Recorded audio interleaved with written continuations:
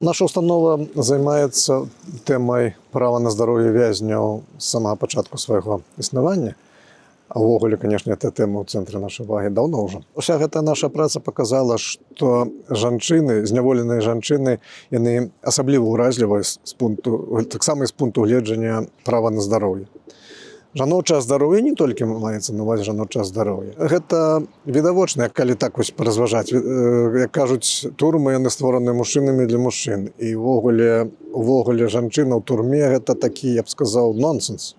Недарэмна мы такую адну з нашых ініцыятываў мы назвалі у турмы не жаночае аблічча. І, канешне, ў ідэале жанчына ўвогуле не павінна быць у зняволенні ў турме. Калі вяртацца і казаць пра тэму здароўя жанчын, то тут такі цэлы клубок праблемаў. Гэта і тыя хваробы, напрыклад, якія ёсць і ў мужчын, і ў жанчын.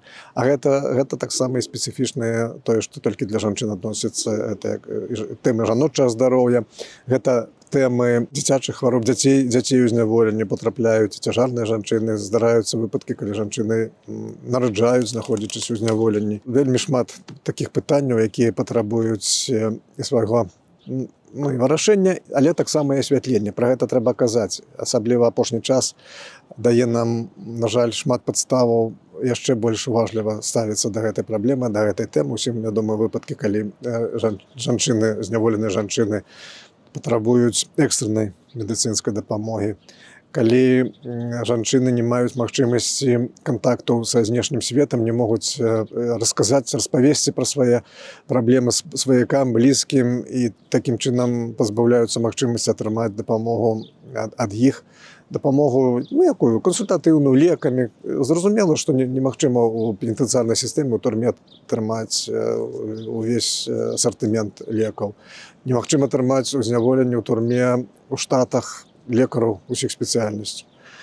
Канешне, медыцынская сістэма, медыцынская служба пенітэнцыярнай сістэмы павінна цесна ўзаемадзейнічаць з грамадзянскай сістэмай аховы здароўя. На жаль, мы гэтага апошні час часта не назіраем, з-за гэта з'яўляецца шмат праблемаў. Вось гэты рэжым інкамунікада, які зараз вельмі, на жаль, распаўсюджаны ў тым ліку і ў жаночых турмах беларускіх, ён прыводзіць яшчэ да адной праблемы, што я заўважаю, што мае калегі лекары пенітэнцыярнай сістэмы, яны за гэта таксама абмежаваныя ў сваіх магчымасцях вызваць кансультанта ці вывесці жанчыну на кансультацыю. Таму што, як я разумею, гэта для прадстаўнікоў адміністрацыі ёсць у такіх выпадках апасенні, што інфармацыя выйдзе нейкім чынам на волю. А ўсё паказвае на тое, што ў іх ёсць каманда не тое, што максімальна абмежаваць, увогуле перакрыць магчымасці для абмену такой інфармацыі.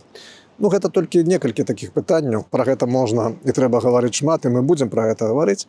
Але зараз мы распачынаем такую больш настойлівую працу якраз у гэтым накірунку. Больш мэтанакіравана мы будзем збіраць інфармацыю пра сённяшні стан захавання права на здароўе жанчын. Па-першае, пра тое, як гэта сітуацыя, гэтыя пытанні вырашаюцца ў іншых краінах. Будзем таксама спрабаваць дапамагаць нейкім чынам змяняць сітуацыю, што ў нашых сілах. І, канешне, в гэтым сэнсе вельмі істотна для нас кантакты з тымі людзьмі, якія самі прайшлі, жанчынамі, дзяўчатамі, якія самі паспыталі на сабе усе праблемы, усе гэтыя выклікі, звязаныя са знаходжаннем у зняволенні ў беларускіх турмах.